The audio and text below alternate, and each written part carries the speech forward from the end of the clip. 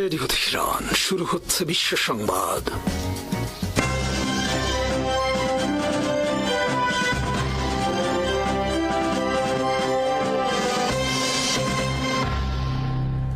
শুরুতেই সংবাদ শিরোনাম।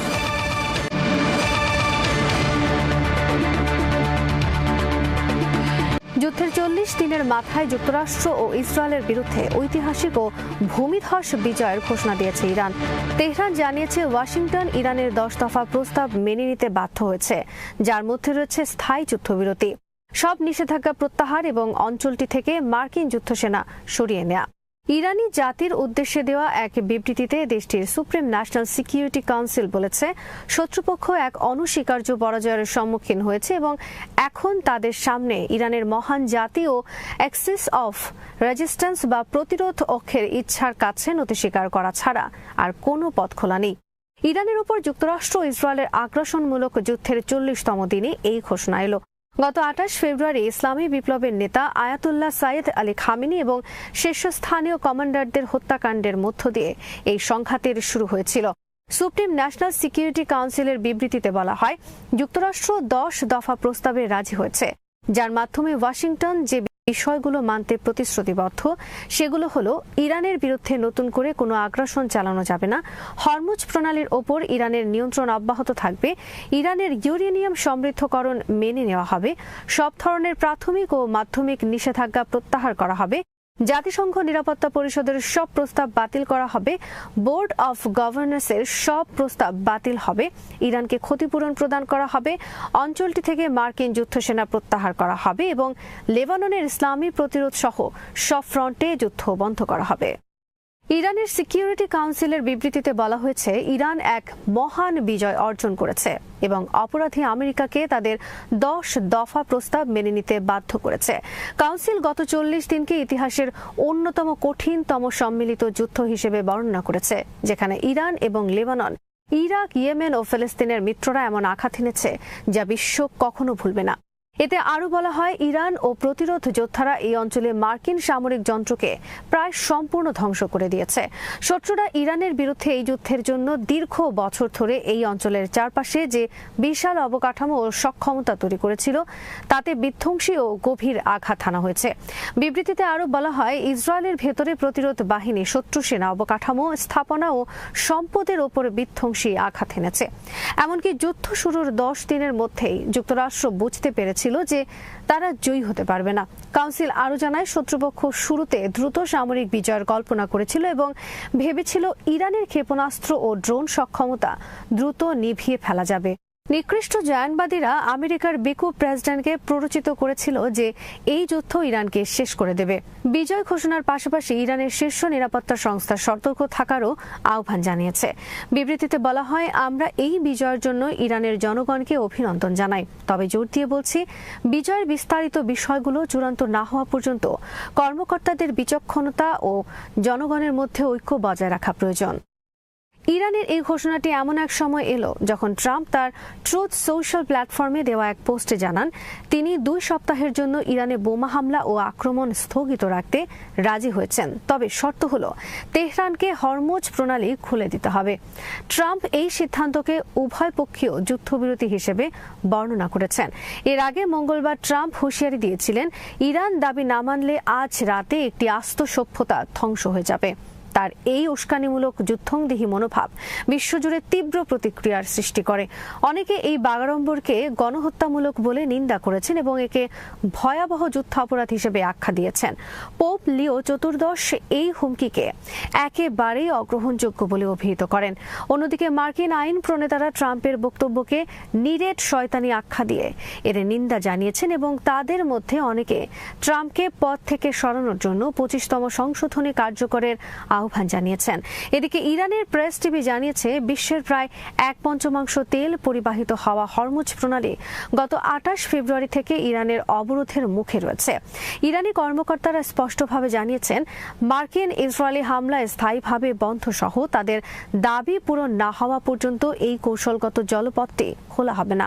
খবরে বলা হয়, ইসলামী বিপ্লবের নেতা আয়াতুল্লাহ সাইয়েদ মুস্তাফা খামেনির নির্দেশনা এবং সুপ্রিম ন্যাশনাল সিকিউরিটি কাউন্সিলের অনুমোদনের ভিত্তিতে রণাঙ্গনে ইরান ও প্রতিরোধ যোদ্ধাদের সুবিধাজনক অবস্থান এবং শত্রুর অক্ষমতার কথা বিবেচনা করে বিস্তারিত বিষয়গুলো চূড়ান্ত করতে পাকিস্তানের রাজধানী ইসলামাবাদে আলোচনার সিদ্ধান্ত নেওয়া হয়েছে।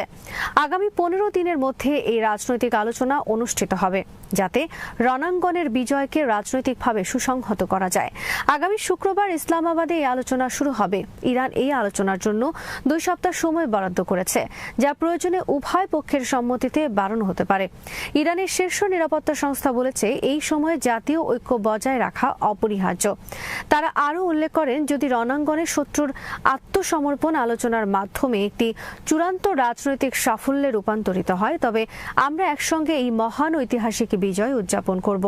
অন্যথায় ইরানি জনগণের সব দাবি পূরণ না হওয়া পর্যন্ত আমরা কাঁধে কাঁধ মিলিয়ে যুদ্ধ চালিয়ে যাব।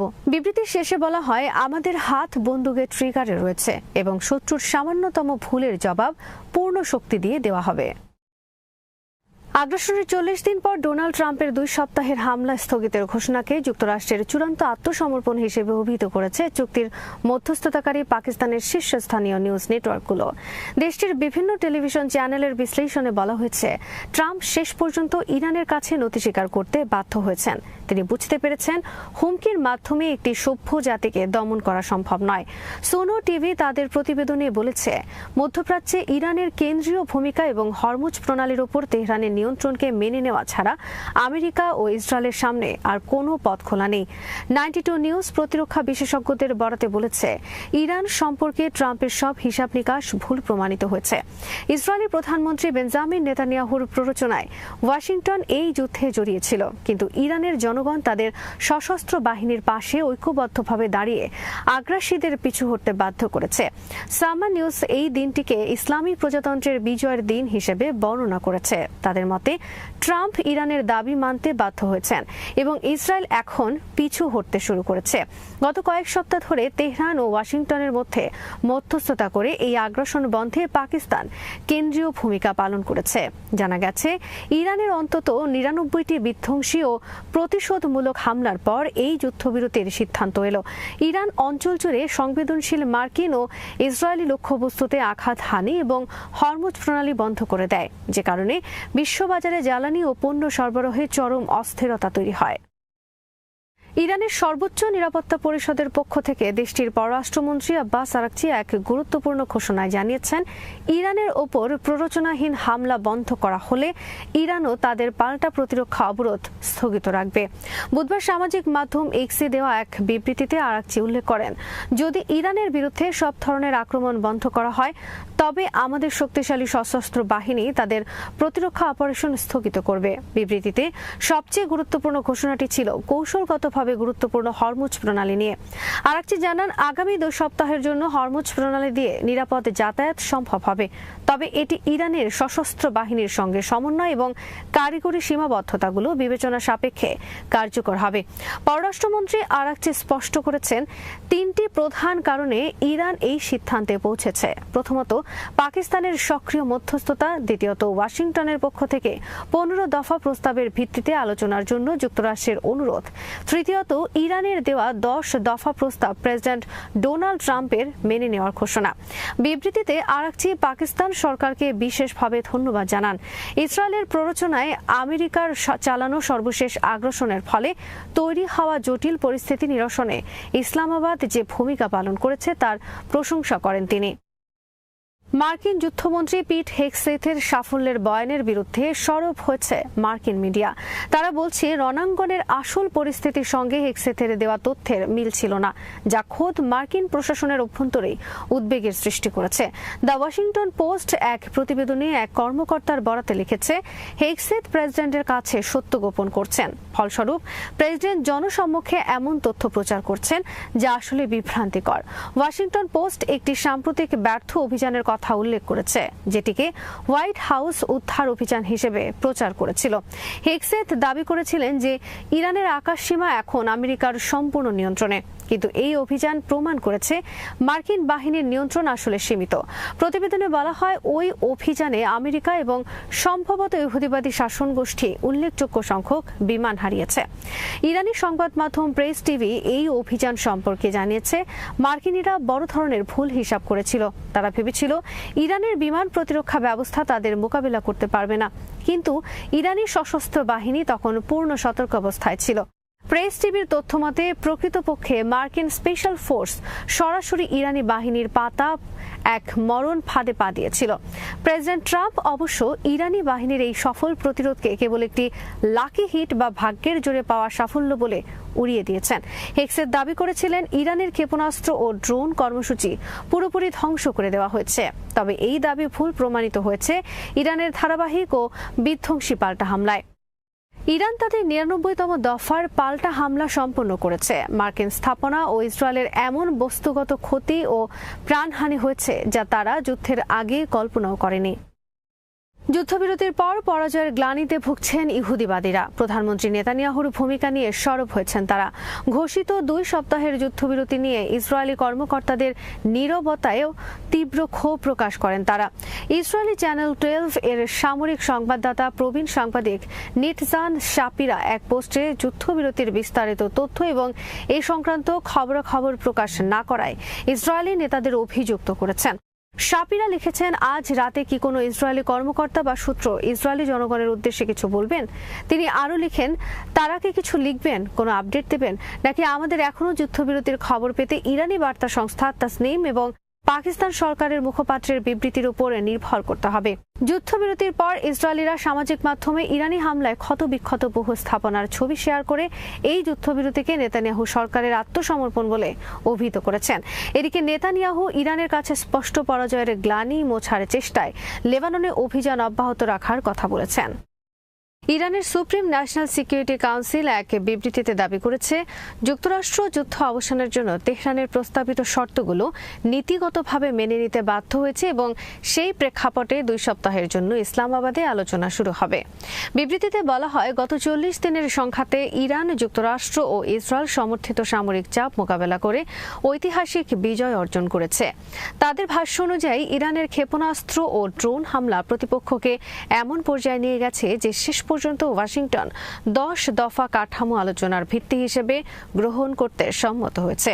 এই ১০ দফার মধ্যে রয়েছে ইরানের বিরুদ্ধে ভবিষ্যৎ আগ্রাসন না করার নিশ্চয়তা, হরমুজ প্রণালীতে ইরানের নিয়ন্ত্রিত আধিপত্য স্বীকার, ইউরেনিয়াম সমৃদ্ধকরণ অব্যাহত রাখার অধিকার, সব প্রাথমিক ও সেকেন্ডারি নিষেধাজ্ঞা প্রত্যাহার, জাতিসংঘ নিরাপত্তা পরিষদ ও আন্তর্জাতিক পরমাণু শক্তি সংস্থার বোর্ডের সব সিদ্ধান্ত বাতিল, ইরানের ক্ষতিপূরণ প্রদান, মধ্যপ্রাচ্য থেকে মার্কিন যুদ্ধ ক্ষমতা প্রত্যাহার এবং লেবানন সহ প্রতিরোধ অক্ষের বিরুদ্ধে যুদ্ধ বন্ধ করা।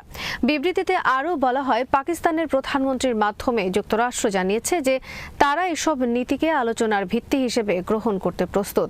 সে অনুযায়ী আগামী শুক্রবার ইসলামাবাদে ২ সপ্তাহের আলোচনা শুরু হবে, যেখানে কেবল এই নীতিগুলোর বাস্তবায়ন কাঠামো নিয়ে আলোচনা হবে। তবে ইরান স্পষ্ট করেছে, আলোচনা শুরু মানেই যুদ্ধ শেষ নয়, বরং চূড়ান্ত রাজনৈতিক নিশ্চয়তা না পাওয়া পর্যন্ত সামরিক প্রস্তুতি বজায় থাকবে। বিবৃতিতে দাবি করা হয়, ইরান ও তথাকথিত প্রতিরোধ অক্ষ লেবানন, ইরাক, ইয়েমেন এবং ফিলিস্তিনের মিত্র শক্তিগুলো যৌথভাবে যুক্তরাষ্ট্র ও ইসরায়েলের আঞ্চলিক অবকাঠামো, ঘাঁটি ও সক্ষমতার উপর ব্যাপক আঘাত এনেছে।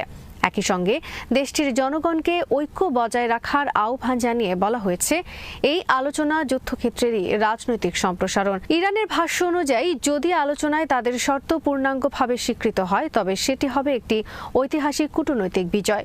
অন্যথায় যুদ্ধ আবারও পূর্ণ শক্তিতে অব্যাহত থাকবে। যুদ্ধবিরতি কার্যকর হওয়ার মাত্র কয়েক ঘন্টার মধ্যেই ইসরায়েলি প্রধানমন্ত্রী বেঞ্জামিন নেতানিয়াহু ঘোষণা দেন যে তার সরকার এবং যুক্তরাষ্ট্র ইরানের বিরুদ্ধে হামলা ২ সপ্তাহের জন্য স্থগিত রাখার সিদ্ধান্তকে সমর্থন করছে। তবে একই সঙ্গে তিনি স্পষ্ট করে দেন যে এই যুদ্ধবিরতি লেবাননের ক্ষেত্রে প্রযোজ্য নয়। সামাজিক মাধ্যমে প্রকাশিত এক বিবৃতিতে তিনি বলেন, ওয়াশিংটনের লক্ষ্য হল ইরান যেন আর কখনো পারমাণবিক ক্ষেপণাস্ত্র ও আঞ্চলিক নিরাপত্তার জন্য হুমকি হুমকি হয়ে উঠতে না পারে এবং এই বিষয়ে আসন্ন আলোচনায় যুক্তরাষ্ট্র প্রতিশ্রুতিবদ্ধ। তবে বিবৃতির শেষ অংশে তিনি একতরফাভাবে যোগ করেন 2 সপ্তাহের যুদ্ধবিরতি লেবাননকে অন্তর্ভুক্ত করে না। এই ঘোষণার কিছুক্ষণের মধ্যেই ইসরায়েলি বাহিনী দক্ষিণ লেবাননে হামলা চালিয়ে কার্যত যুদ্ধবিরতি লঙ্ঘন করে। দক্ষিণাঞ্চলের আল কুলাইলা এলাকায় একটি অ্যাম্বুলেন্সে হামলায় 4 জন নিহত হয়। টাইর জেলার রাস আল আইন এলাকায় আরেকটি গাড়ি লক্ষ্য করে বিমান হামলায় কয়েকজন আহত হন। একই সময়ে কানা এলাকায় একটি মোটরসাইকেলে ড্রোন হামলাও চালানো হয়। দক্ষিণ লেবাননের আল রাইহান ও নাবাতিয়ে আল ফাউকা এলাকায় বিমান হামলার পাশাপাশি বিন্ত জবেইল জেলার তুলিন মেইজমে, বারাশেত, মাজদাল সেলম ও সাকরা এলাকায় গোলাবর্ষণ করা হয়। হাদাথা শহরেও ভোরে 2 দফা আক্রমণ চালানো হয়। বেকা অঞ্চলের ইয়হমর এলাকাও বিমান হামলার শিকার হয়। নেতানিয়াহুর এই অবস্থান পাকিস্তানের মধ্যস্থতায় ঘোষিত চুক্তির সরাসরি লঙ্ঘন, যেখানে বলা হয়েছিল ইরান, যুক্তরাষ্ট্র এবং তাদের মিত্ররা অবিলম্বে সর্বত্র লেবানন সহ যুদ্ধবিরতিতে সম্মত হয়েছে। ইসরায়েলি সংবাদ মাধ্যমও জানায় যুদ্ধবিরতির আওতায় লেবানন ছিল এবং ইরান আলোচনায় তা জোর দিয়েই দাবি করেছিল। এদিকে ইসরায়েলের অভ্যন্তরে যুদ্ধবিরতি নিয়ে তীব্র প্রতিক্রিয়া দেখা গেছে। বিভিন্ন সংবাদ মাধ্যম এই চুক্তিকে অক্টোবর 7-এর পর সবচেয়ে বড় ব্যর্থতা বলে উল্লেখ করেছে। কিছু বিশ্লেষক বলছেন দীর্ঘ 41 দিনের সংঘাত, বিপুল ক্ষয়ক্ষতি ও 5,000 ভবন ধ্বংসের পরও কাঙ্ক্ষিত লক্ষ্য অর্জিত হয়নি, বরং আঞ্চলিক বাস্তবতায় ইরান ও তার মিত্ররাই কৌশলগতভাবে এগিয়ে গেছে। অনেক ইসরায়েলি ভাষ্যকারের মতে এই ফলাফল দেশটির সামরিক ও রাজনৈতিক নেতৃত্বের উপর বড় চাপ তৈরি করেছে। ইরান, যুক্তরাষ্ট্র এবং ইসরায়েলের মধ্যে ঘোষিত 2 সপ্তাহের যুদ্ধবিরতির অন্যতম গুরুত্বপূর্ণ দিক হল হরমুজ প্রণালীতে চলাচলের নতুন শর্ত। ইরানের পররাষ্ট্রমন্ত্রী আব্বাস আরাকচি এক বিবৃতিতে স্পষ্ট করেছেন যে এই সময়ের মধ্যে প্রণালীতে নিরাপদ নৌযাত্রা সম্পূর্ণভাবে ইরানের সশস্ত্র বাহিনীর সমন্বয়ের উপর নির্ভর করবে। তার ভাষ্য অনুযায়ী আগামী 2 সপ্তাহ হরমুজ প্রণালী দিয়ে যে কোনো জাহাজ চলাচলের আগে ইরানের সামরিক কর্তৃপক্ষের সঙ্গে সমন্বয় করতে হবে এবং প্রযুক্তিগত সীমাবদ্ধতাকেও বিবেচনায় নিতে হবে। এই বক্তব্য পরে প্রেসিডেন্ট ডোনাল্ড ট্রাম্প পুনরায় প্রকাশ করায় বিষয়টি আন্তর্জাতিকভাবে আরও গুরুত্ব পায়। এর অর্থ হল যুদ্ধবিরতি কার্যকর থাকলেও হরমুজ প্রণালীর ওপর ইরানের নিয়ন্ত্রণমূলক অবস্থান বহাল রয়েছে এবং সামুদ্রিক চলাচলে আগের মতোই সতর্কতা বজায় থাকবে।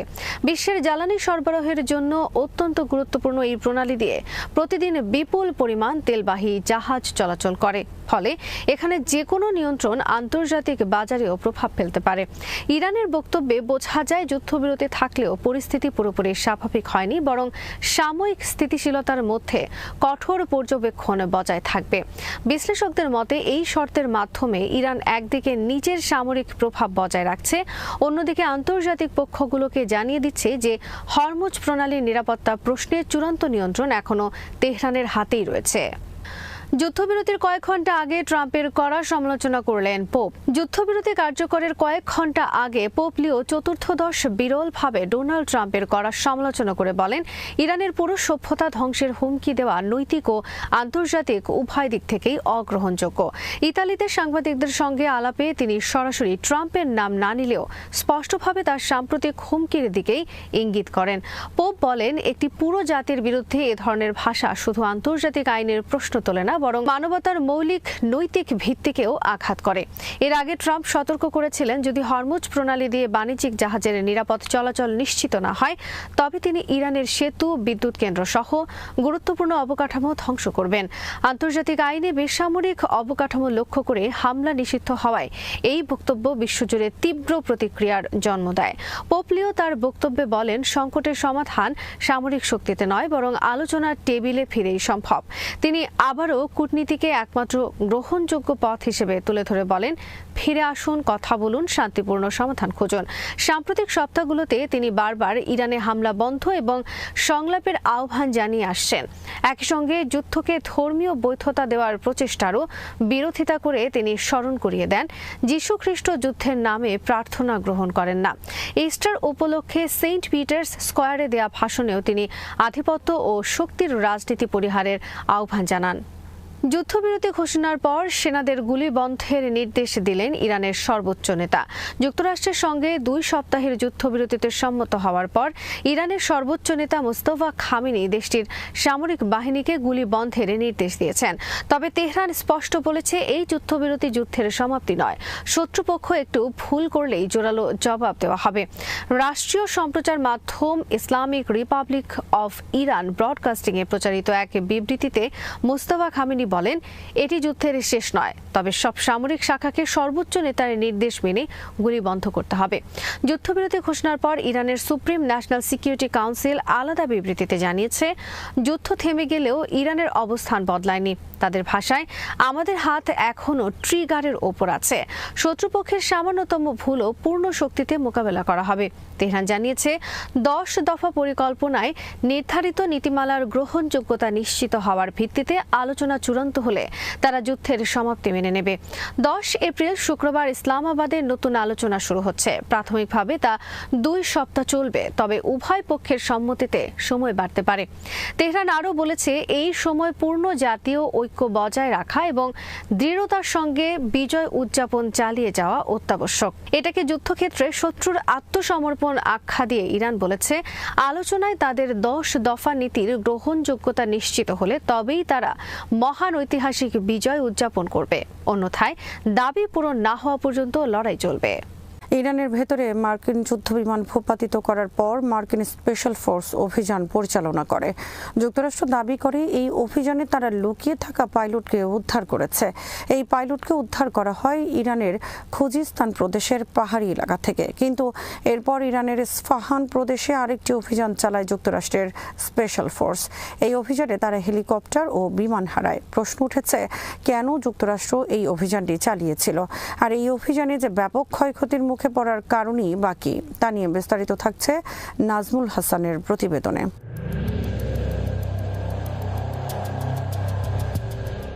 মার্কিন যুদ্ধবিমান E-15 ঈগলের পাইলটকে উদ্ধার করা হয়েছিল ইরানের কোহ গিলিউয়ে ও বোয়ের আহমেদ প্রদেশের পাহাড়ি অঞ্চল থেকে। এই পাহাড়ের একটি গুহায় আত্মগোপনে ছিল পাইলট। এই অভিযানে লুর এবং বখতিয়ার উপজাতির সদস্যদের সাথে মার্কিন বাহিনীর সংঘর্ষের খবর প্রকাশিত হয়। ভিডিওতে দেখা যায়, সেখানকার মানুষ পতাকা হাতে পাইলটকে খুঁজতে বের হয়েছে।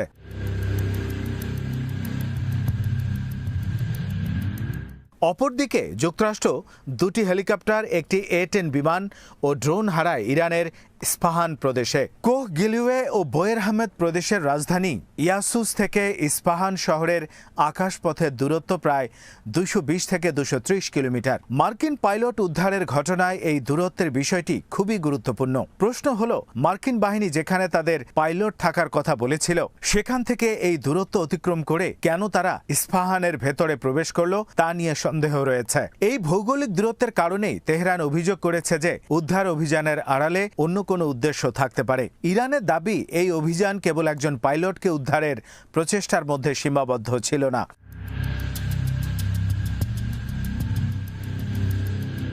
ইরানের পররাষ্ট্র মন্ত্রণালয়ের মুখপাত্র ইসমাইল বাঘাই বলেন, মার্কিন এই অভিযান শোচনীয়ভাবে ব্যর্থ হয়েছে।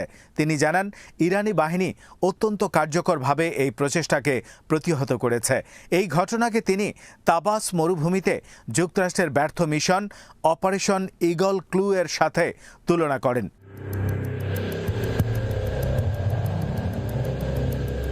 প্রশ্ন হলো, তাহলে হেলিকপ্টার, যুদ্ধবিমান ও ড্রোন নিয়ে ইস্পাহান প্রদেশে মার্কিন স্পেশাল ফোর্সের সদস্যরা কেন গিয়েছিল?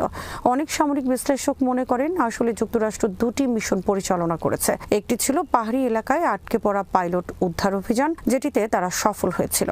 আরেকটি ছিল ইরানের ভেতরে কোনো গোপন উদ্দেশ্য নিয়ে অভিযান, যে অভিযানটি পুরোপুরি ব্যর্থ হয়েছে এবং ব্যাপক ক্ষয়ক্ষতির মুখে পড়েছে। ইরানের সামরিক বাহিনী মার্কিন এই অভিযানটি সফলভাবে মোকাবেলা করেছে।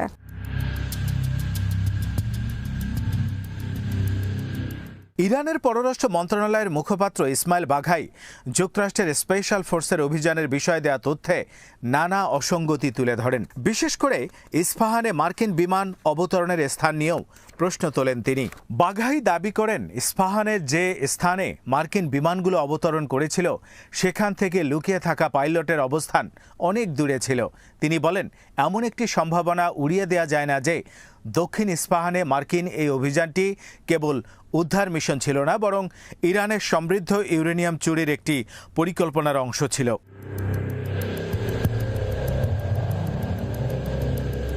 ইরানের এই মুখপাত্র জোর দিয়ে বলেন, এই অভিযান ইরানের সার্বভৌমত্বের উপর একটি নগ্ন হস্তক্ষেপ। ওয়াশিংটনের জন্য এটি একটি বিপর্যয়কর কেলেঙ্কারি। অপরদিকে মার্কিন বাহিনীর দাবি, দক্ষিণ ইস্পাহানের শাহরেজা শহরের কাছে একটি পরিত্যক্ত কৃষি বিমান ঘাঁটিকে অস্থায়ী ঘাঁটি হিসেবে ব্যবহার করেছিল স্পেশাল ফোর্স।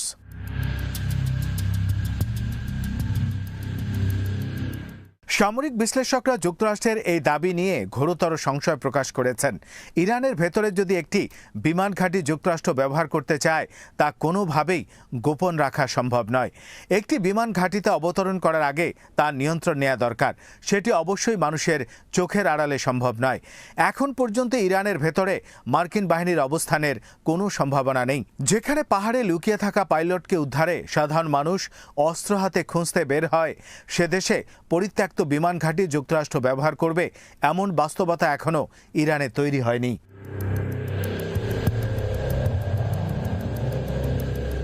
ইরানের পররাষ্ট্র মন্ত্রণালয়ের মুখপাত্র ইসমাইল বাঘাই জানান, যুক্তরাষ্ট্রের অভিযান নস্যাৎ করতে ইরানি সশস্ত্র বাহিনী এবং স্থানীয় জনগণ গুরুত্বপূর্ণ ভূমিকা পালন করেছে। তিনি বলেন, যখন ইরানের সার্বভৌমত্ব আক্রান্ত হয়, তখন সকল ইরানি ঐক্যবদ্ধ হয়ে দাঁড়ায়। তিনি এই অনুপ্রবেশ ঠেকাতে স্থানীয় গোত্রগুলোর, বিশেষ করে লুর সম্প্রদায়ের ভূমিকার প্রশংসা করেন। যুক্তরাষ্ট্রের পক্ষ থেকে দাবি করা হয়েছে, ইস্পাহানে এবং পাইলট উদ্ধারের সময় ব্যাপক গোলাগুলি হয়েছে।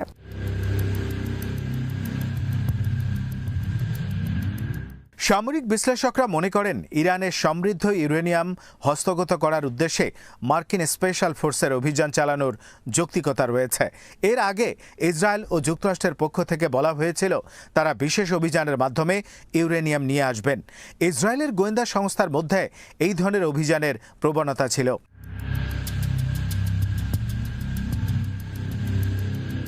ইসরায়েল মনে করে, ইরানের সাথে যুদ্ধের প্রধান লক্ষ্য হল ইরানের পারমাণবিক সক্ষমতা ধ্বংস করে দেয়া। ফোর্দ, বুশহর, ইস্পাহান সহ ইরানের প্রত্যেকটি পারমাণবিক স্থাপনায় যুক্তরাষ্ট্র ও ইসরায়েল একাধিকবার বিমান হামলা চালিয়েছে। কিন্তু এরপরও ইসরায়েল এখনও নিশ্চিত নয় ইরানের পারমাণবিক লক্ষ্য ধ্বংস করা সম্ভব হয়েছে। কারণ ইরানের হাতে যে পরিমাণ সমৃদ্ধ ইউরেনিয়াম রয়েছে, তা দিয়ে ইরান 7 থেকে 10টি পারমাণবিক বোমা বানাতে পারে। ইরানের অনেক পরমাণু বিজ্ঞানীকে হত্যা করেও ইসরায়েল ইউরেনিয়াম সমৃদ্ধকরণের প্রকল্প থেকে ইরানকে দূরে রাখতে পারেনি।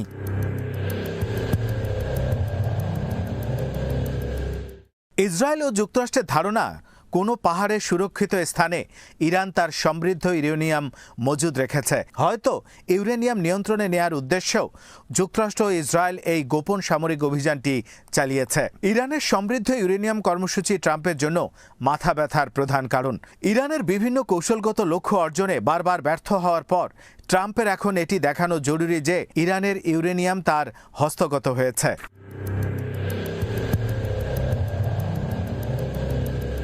ইরানের দাবি ও সামরিক বিশ্লেষকদের পর্যবেক্ষণ থেকে একটি বিষয় স্পষ্ট, মার্কিন স্পেশাল ফোর্স এই অভিযান চালাতে গিয়ে বড় ধরনের বিপর্যয়ের মুখে পড়েছে। প্রেসিডেন্ট ট্রাম্প স্বীকার করেছেন, বেশ কয়েকজন সেনা অভিযান চালাতে গিয়ে আহত হয়েছে। এছাড়া একটি সামরিক অভিযানে হেলিকপ্টার, বিমান ও ড্রোন হারানোর মতো ঘটনা সাম্প্রতিক সময়ে আর ঘটেনি।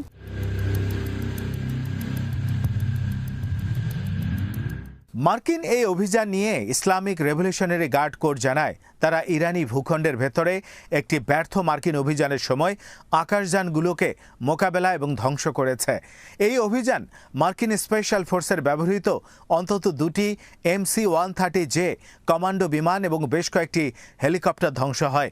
অভিযানে ব্যবহৃত অন্তত একটি MQ রিপার ড্রোন এবং একটি ইসরায়েলি হারমেস 900 ড্রোন ভূপাতিত করার দাবি করেছে IRGC। ইরানি পার্লামেন্টের স্পিকার তার টুইটারে এই বিমান ও হেলিকপ্টারের ধ্বংসাবশেষের ছবি শেয়ার করেন।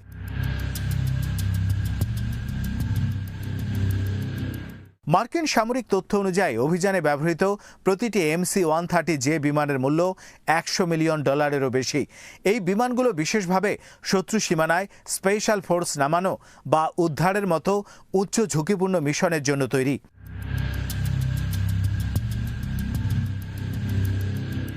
বিমান ধ্বংসের ব্যাপারে মার্কিন যুক্তরাষ্ট্রের পক্ষ থেকে বলা হয় অন্তত দুটি এই বিশেষ ধরনের কার্গো বিমান ধ্বংস করা হয়েছে। মার্কিন কর্মকর্তাদের মতে বিমানগুলো অবতরণ করার পর বালু বা যান্ত্রিক কারণে আটকে যায়, ফলে গোপন প্রযুক্তি রক্ষা করতে তারা নিজেরাই সেগুলো বোমা মেরে ধ্বংস করে দেয়। মার্কিন কর্মকর্তাদের এই দাবিকে সামরিক বিশ্লেষকরা আমলে নিতে রাজি নন, কারণ এই অভিযানে ইরানি বাহিনী শুধু কার্গো বিমান ধ্বংস করেনি, একাধিক হেলিকপ্টার ও ড্রোন ধ্বংস করেছে, যেগুলো বালিতে আটকে যাওয়ার কোনো সম্ভাবনা নেই।